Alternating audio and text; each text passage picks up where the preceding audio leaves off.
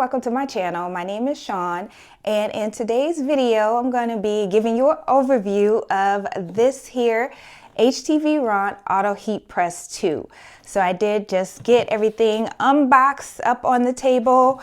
It comes with, of course, your user manual and a Teflon sheet for you. And then I also have a rhinestone transfer that I made and a t-shirt here that I'm going to use to press so we can see how well it does with rhinestone transfers.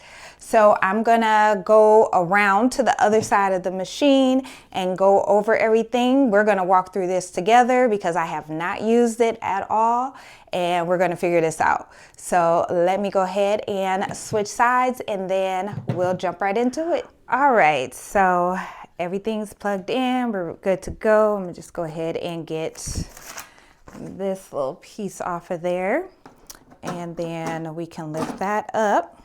So it goes at a few different levels that you can stop it at, and then we'll just hit that power button right there, and then the stickers right here tell you what all the buttons are. So your power button, and then right here is your time, your temp, your pressure.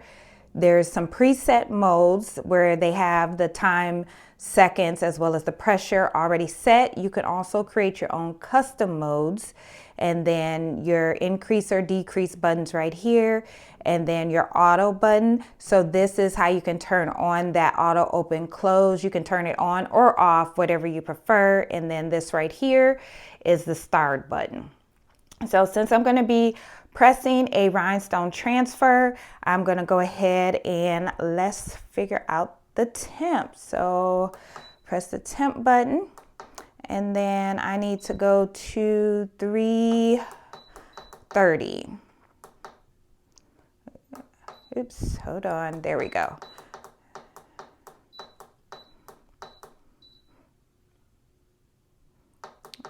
Okay, I was just trying to see if I just hold it, if it would just go, but it doesn't seem like it will. So I'm gonna just have to press it.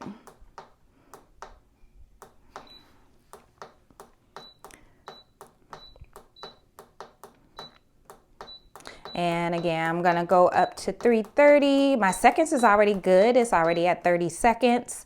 All right, so I'm gonna hit the temp button, but if I did need to change the time, I would just press this button here and then use the up or down, but I'm good there. And then the pressure, because it is a rhinestone transfer, I do want more pressure. So 50 pounds is the lowest that it'll go, but then if you hit that pressure button, and then we're gonna increase that to 70. I mean, not 70, 170. There we go. So then we'll go ahead and let that warm up, but that's an overview of the panel itself.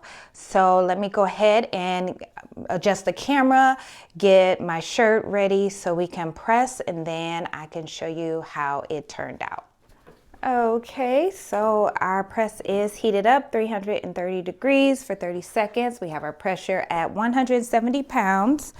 And so I'm gonna go ahead and get my t-shirt on here and get my Teflon sheet on the inside of my shirt, because I am using a rhinestone transfer. That glue adhesive on the back of the rhinestones can leak through, and so I want to make sure I always have a Teflon sheet in here to prevent it from causing spots on the back of the shirt from that adhesive glue. All right, and then I'm gonna go ahead and do a quick press.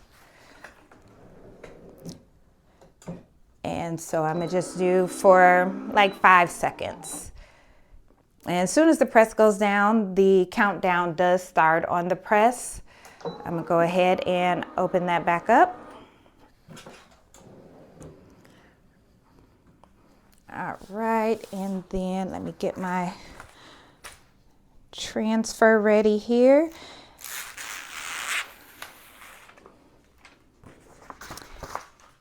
And I did have a t-shirt that I made with my other press that I just want to kind of compare to and see the quality of press from this one to that press. So we will see. And I'm gonna do this one about right here. Yeah, that's good. Actually, I can move it up a little bit. Okay. And then I'm gonna grab my Teflon sheet, put that right on the top, and then we will let that press. And so while that is pressing, let me grab the other one that I had already pressed, not with this machine, but with my other machine. And that's how that one turned out. I thought that was really, really cute how it turned out.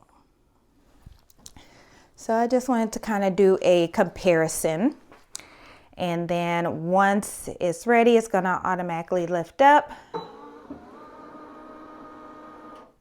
All right, and let's see.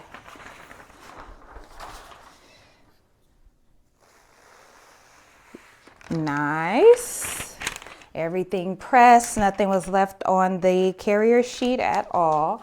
And then I do like to go in with a second press on all my rhinestone transfers, usually for about 10 seconds or so.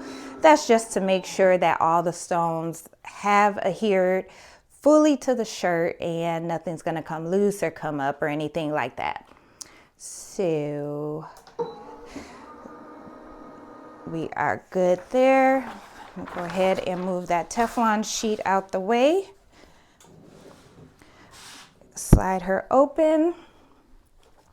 Take my Teflon sheet from the inside of the shirt, and that is how she turned out.